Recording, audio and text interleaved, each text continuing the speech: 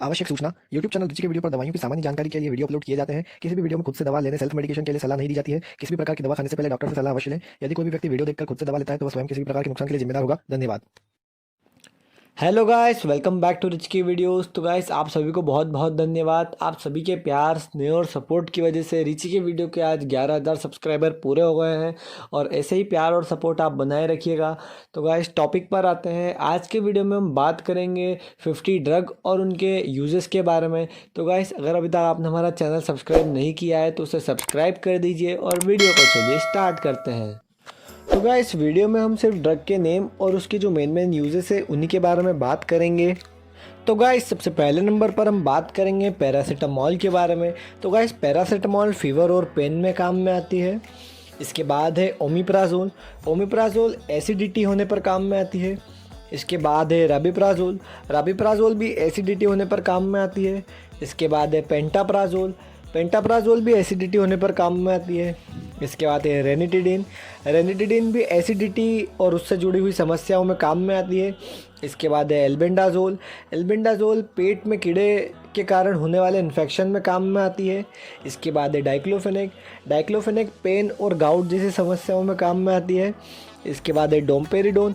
Domperidone nausea और vomiting जैसी समस्याओं में काम में आती है। इसके बाद है फॉलिक एसिड।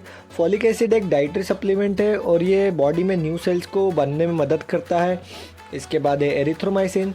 एरिथ्रोमाइसिन एक एंटीबायोटिक है और रेस्पिरेटरी ट्रैक्ट इन्फेक्शन में काम आता है। इसके बाद है आइबुप्रोफेन। आइबुप्रोफेन पेन और फीवर जैसी समस्याओं में काम में आता है। इसके बाद है लोप्रामाइड। लोप्रामाइड डायरिया जैसी समस्याओं में काम में आता है। इसके बाद है नेप्रोक्सिन। नेप्रोक्सिन हेडेक और हेडेक से जुड़े पेन में काम में आता है। इसके बाद है साल्बुटामॉल। साल्बुटामॉल अस्थमा जैसी समस्याओं में काम में आता है। इसके बाद है सुक्रालफेट। सुक्रालफेट गैस्ट्रिक अल्सर जैसी समस्याओं में काम में आता है। इसके बाद है एटोरवास्टेटिन। एटोरवास्टेटिन कार्डियोवास्कुलर डिसीज़ जैसी समस्याओं में काम में आता है। इसके बाद है एस्पिरिन। एस्पिरिन ब्लड थिनर है, पेन और फीवर जैसी समस्याओं में भी काम में आता है। इसके बाद है सिप्रोफ्लोक्सासिन। सिप्रोफ्लोक्सासिन भी एक एंटीबायोटिक है और ये भी रेस्पिरेटरी ट्रैक्ट इन्फेक्शन और अन्य इन्फेक्शन में काम में आता है। इसके बाद है friends fluconazole. Fluconazole fungal infection जैसी समस्याओं में काम में आता है। इसके बाद है इट्राकोनाजोल। इट्राकोनाजोल भी एक एंटी फंगल ड्रग है और ये भी फंगल इन्फेक्शन में काम में आता है। इसके बाद है कीटाकोनाजोल। कीटाकोनाजोल भी फंगल इन्फेक्शन में काम में आता है। इसके बाद है losartan. Losartan high blood pressure को कम करने में काम में आता है। इसके आगे हम बात करते हैं दोस्तों मेटफॉर्मिन की। तो मेटफॉर्मिन भी हाई ब्लड शुगर जैसी समस्याओं में काम में आती है। इसके आगे है मोंटेलुकास्ट। मोंटेलुकास्ट अस्थमा जैसी समस्याओं में काम में आती है। इसके आगे है नॉरफ्लॉक्सासिन जो कि एंटीबायोटिक है। ये यूरिनरी ट्रैक्ट इन्फेक्शन और यूरिन इन्फेक्शन और पेट के इन्फेक्शन में काम में आती है। इसके आगे हम बात करते हैं डोम्पेरिडोन की। तो फ्रेंड्स, डोम्पेरिडोन नोज़िया और वॉमिटिंग में काम में आती है।